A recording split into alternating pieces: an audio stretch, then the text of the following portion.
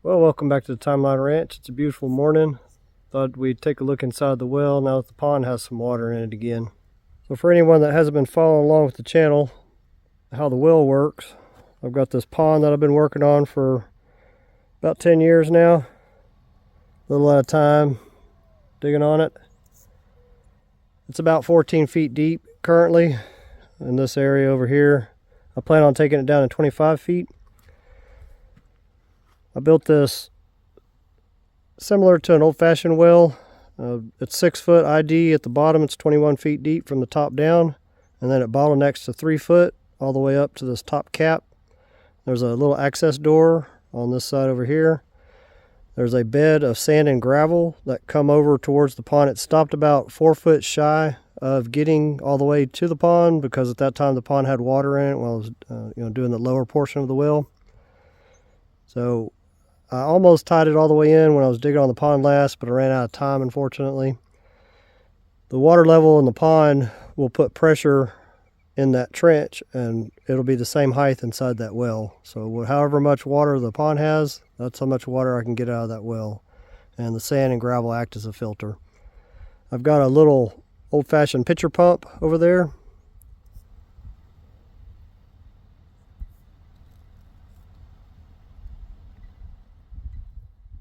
That's one means to get water out of the well. And then I'll also have a electric pump that's going to pump it up to a tower that'll be on this ridge up here. Little tower building with tanks in it for head pressure, continuous head pressure. Let's go over and take a look at the well real quick. Yeah, it's a beautiful morning. Everything growing. Still got a good bit of moisture in the soil here from the last time the pond overflowed. Definitely coming to life around here. A bunch of those damselflies everywhere. Dragonflies, of course.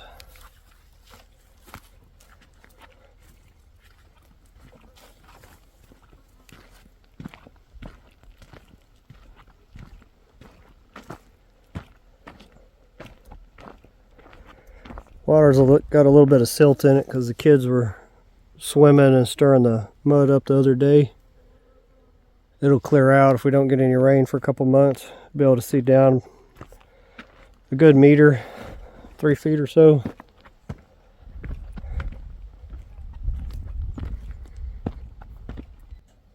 So here's the well. I've got that access door I was talking about earlier. It's 24 inches by 24 inches, about 60 centimeters by 60. I put a big top on it to make it kid friendly, instead of having an open well. This also serves as a big picnic table. I'd say 12 people could sit around this thing. Let's get inside the well.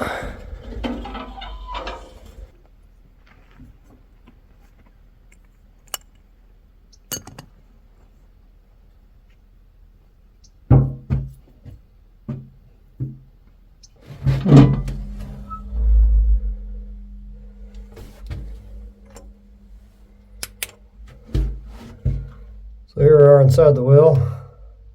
See some of my stone work from years back. So I've got some 1-inch pipe here that I embedded in the stone as I built the well.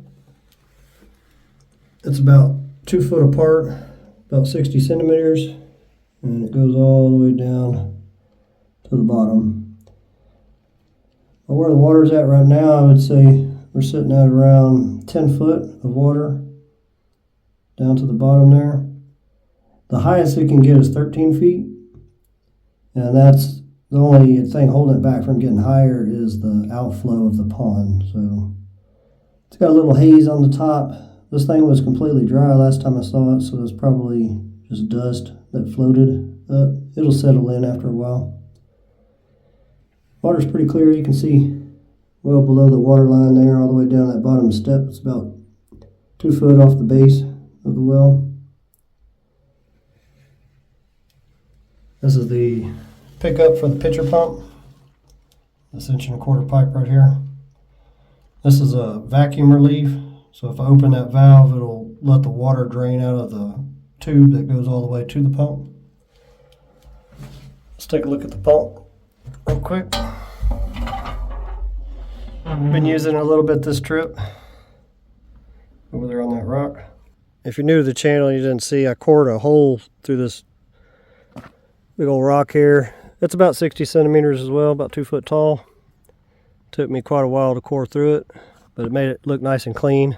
And I carved out a little area for the bucket to hang, so it hangs pretty much straight.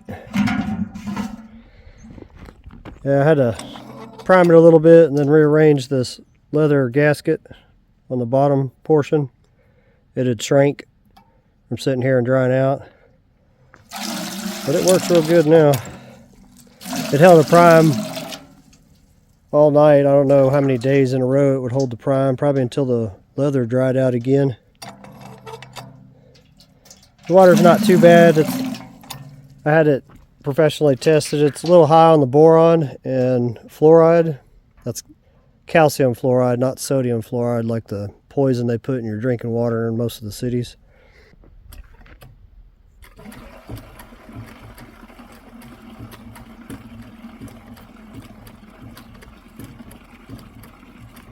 So back in the well, I'm going to go ahead and open this valve to bleed all that water out of that pipe going to it.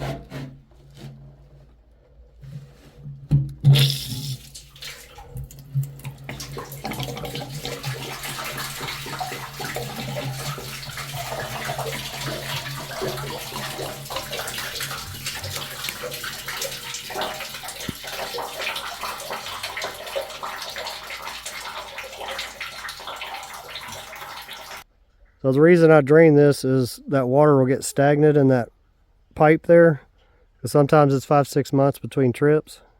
So it's a good idea to go ahead and get it out of there. Also, if we have a real hard freeze coming, it'd be a good idea to get it out of there just to make sure you're not going to have any issues from it expansion from freezing. More than likely it wouldn't freeze being on that large rock because that holds heat for a good long time. So later on, when I have the time to build some more resiliency into this well, in case we have a 2-year drought with no rain, the pond could go dry. I'm going to pump water when the well has water into a 30,000 gallon underground concrete tank that I'm going to build in place. And then additionally, there'll be a 600 gallon tank with well water up on that ridge when I build that tank building up there. Well, that's how much water is in the well right now after this good monsoonal rain event. It's back in action. Well, if you like what I'm doing out here and you want to help speed this project up, there's a few ways to do that in the description of the video. Buy Me a Coffee's one, Amazon's another. Every little bit will help me get closer to being out here full time and making this project go a lot faster. Thanks for watching. I'll see you in the next one.